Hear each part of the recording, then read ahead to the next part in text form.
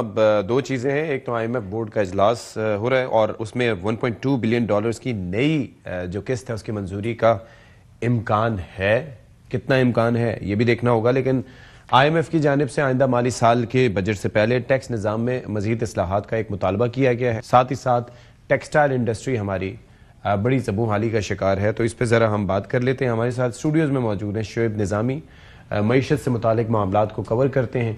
بہت شکریہ شعیب آپ کا. اور ساتھ ہی ساتھ ڈاکٹر خاقان نجیب، کسی تعارف کے محتاج نہیں، ماہر معاشیات ہیں. IMF بورڈ کا اجلاس ہو رہا ہے، امکان ہے منظوری کا، اور خاص طور پر جو ریفارمز کی وہ بات کر رہے ہیں آئندہ بجٹ سے پہلے، تو کیا اینٹیسپیشن ہے آپ کی؟ جو میجر ہمارے اسٹرکچرل ریفارمز تھے اور اس میں کافی حد تک تو ہم نے شروع کیے ہوئی چیزیں اس کے اندر. اور جو اہداف تھے وہ بھی آلموسٹ سارے کے سارے پورے کیے ہوئے، جس میں جیسے ابھی ہم نے دیکھا کہ جو اہداف جس میں یہ تھا کہ جو corruption governance and corruption diagnostic report ہے، اسسمنٹ رپورٹ، وہ پبلک کی جائے، تو پبلک کی گئی.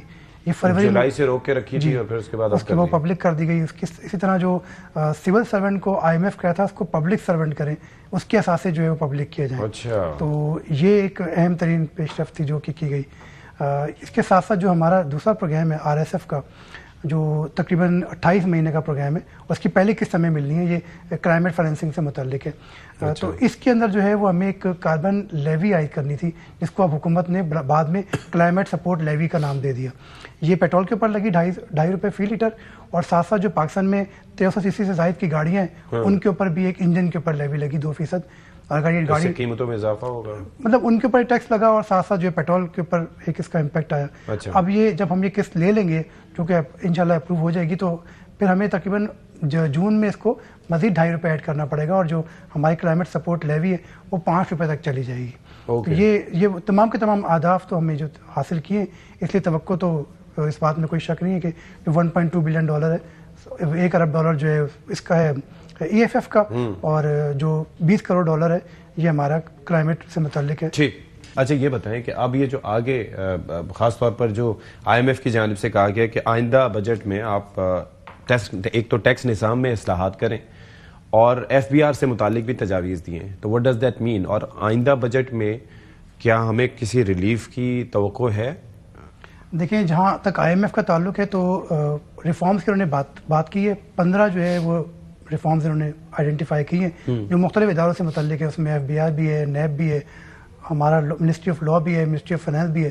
اب صرف اگر FBR کی بات کریں تو اس میں آڈٹ سے متعلق ایشوز ہیں، اور ساتھ ساتھ جو ہے وہ جو ان کا نظام ہے اس سے متعلق ہے، آسانیوں سے متعلق ہیں، ٹیکس ایویژن سے متعلق ہیں. یہ تمام کے تمام اس کو ڈیجیٹلائز کرنے کے لیے جو ہے وہ ریفارمز ہیں، وہ تمام کے تمام جو ہے وہ کرنی ہے.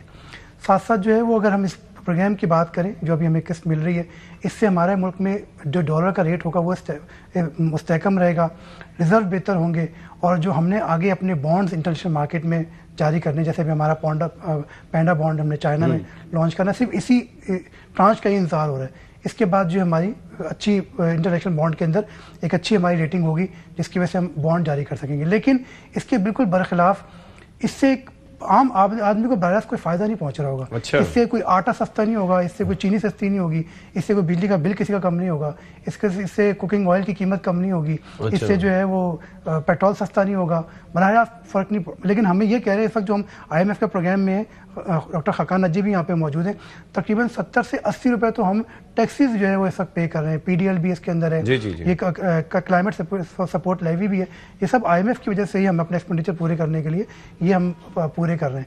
اور اس کا یہ مطلب ڈالر کی حد تک تو فرق پڑے گا، لیکن اگر ہم کہہ دیں اچھی خبر تو ہے، لیکن عوام کو براہ راست اس سے فائدہ نہیں ہو رہا ہوگا. ہاں، ہماری امپورٹس جو ہے وہ ڈالر اسٹیبل ہونے کی وجہ سے کسی حد تک جو ہے وہ اسٹیبل ہو رہی ہوں گی، اس لیے وہ امپیکٹ آ رہا ہوگا.